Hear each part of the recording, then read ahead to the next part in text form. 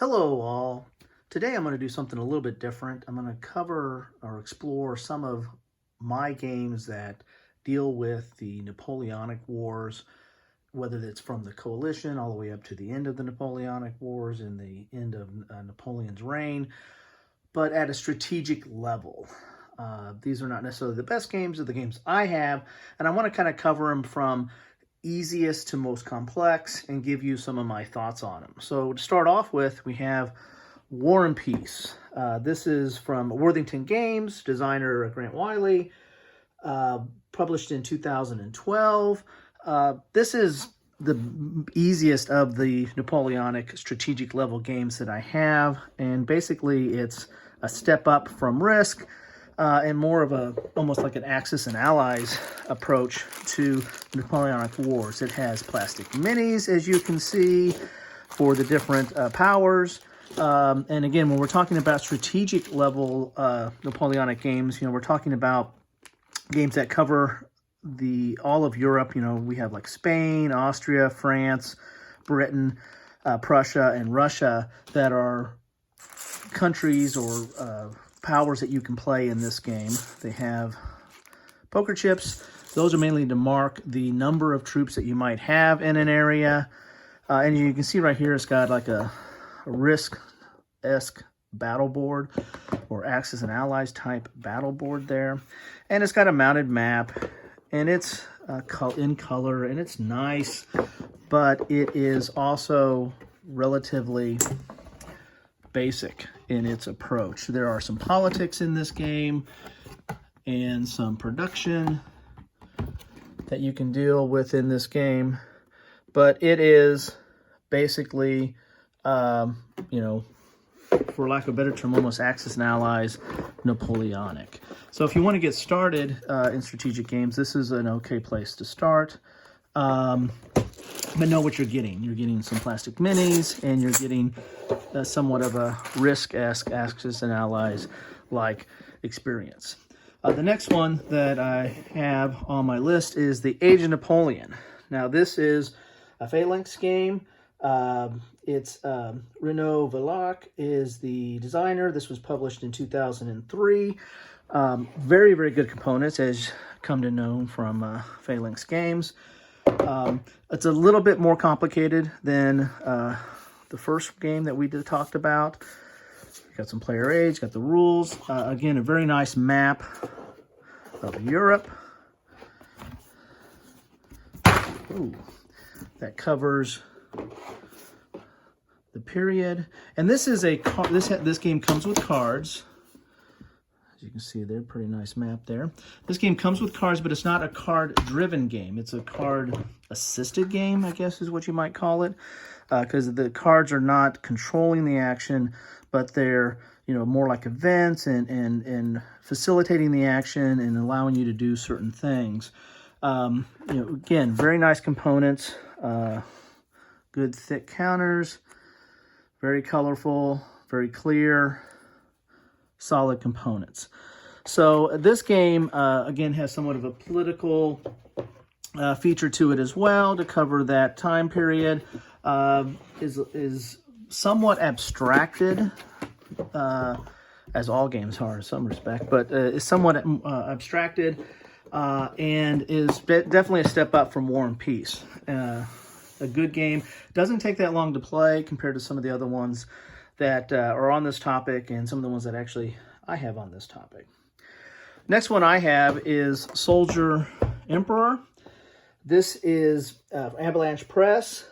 The designer is Robert Markham, and this is kind of a continuation of the Soldier King series, which covered like the 30 Years' War, but there's several, 2 or 3 games in this series that cover the same kind of rule set, or basic rule set.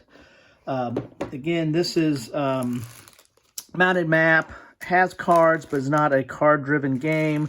Those are mainly kind of events or happenings. You've got the counters. This is Prussia, very clear, double-sided counters, very large counters. Again, has a mounted map, covers from 1803 to 1815. Has a political aspect to it as well. A little bit more complicated than Age of Napoleon. We're getting into more of one of your standard type strategy games in that respect.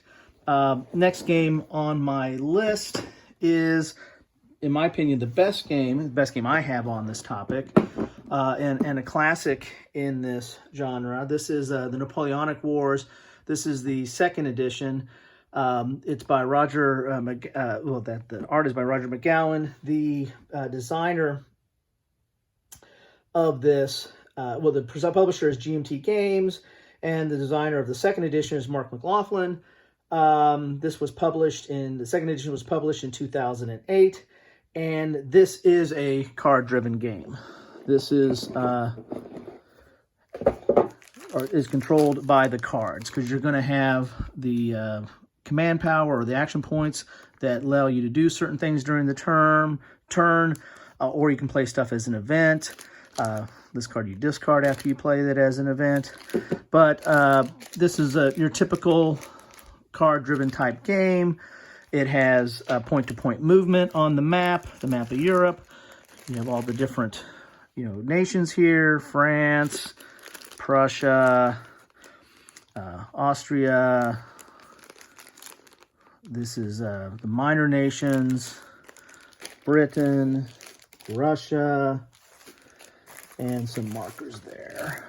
But you have the different nations here by a card: Britain, Sweden, Austria, Russia, and so on.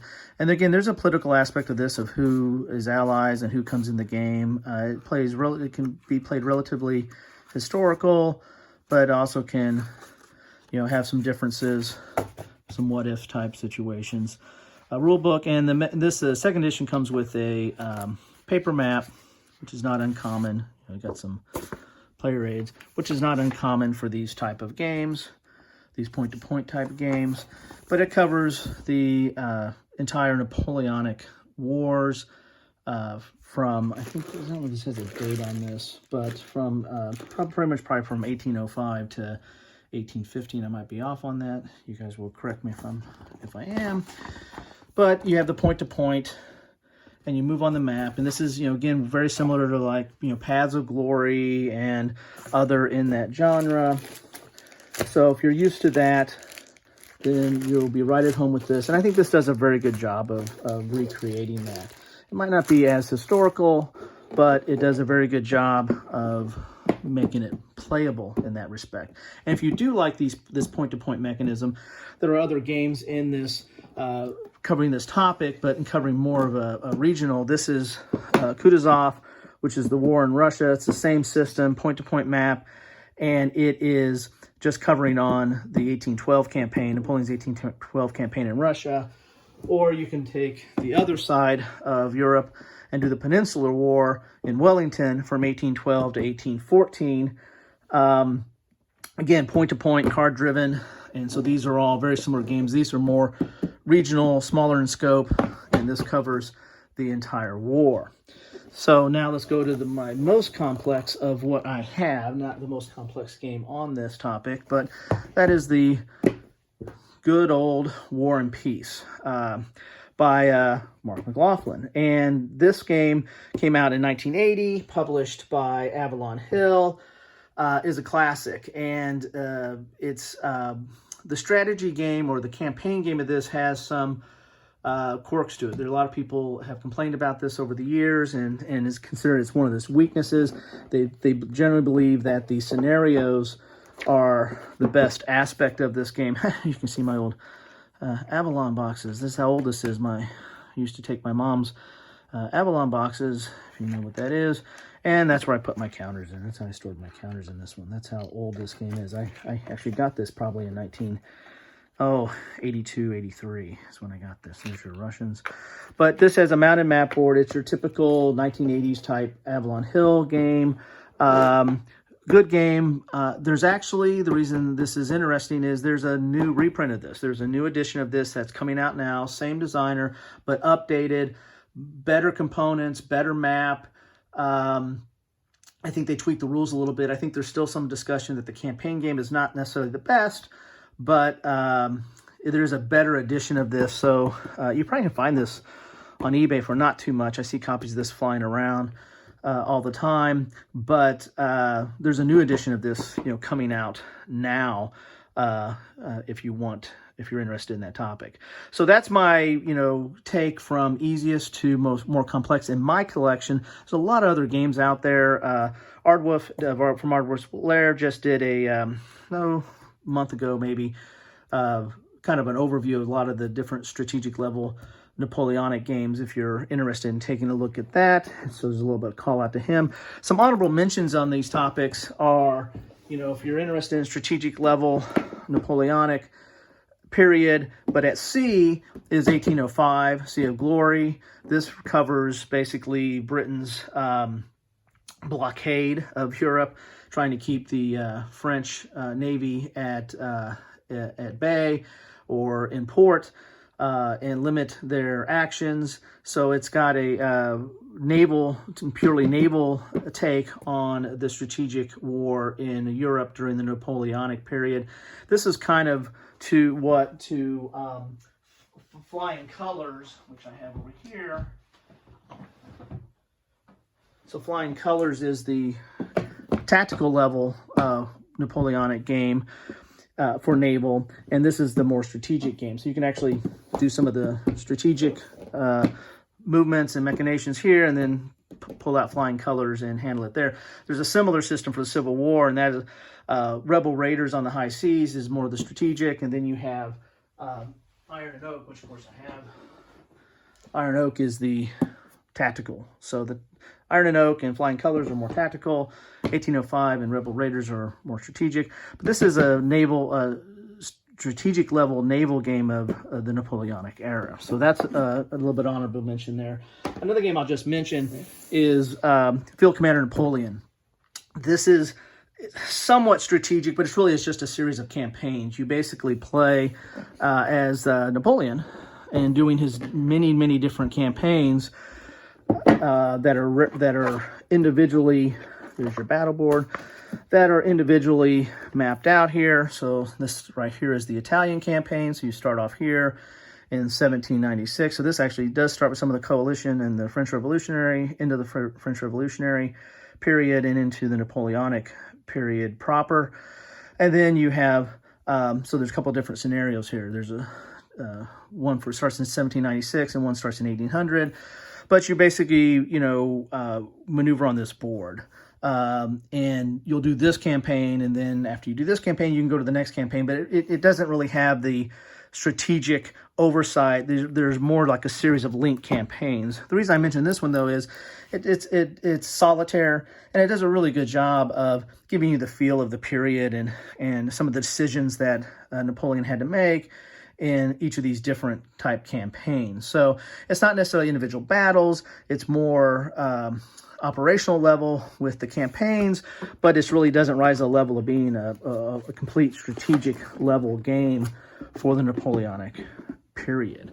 So I hope that's helpful to you. Hopefully that's find that interesting looking at some of these games. There's a lot of other ones out there. I just don't have my hands on them, or I've kind of sat back and avoided them for times. But I might actually start diving into that, and if I do, I'll update this list. So hopefully that's helpful. Appreciate anybody who takes a look, comment, subscribe. Always looking for more information on this topic, and appreciate everybody's taking the time to watch this. Thank you.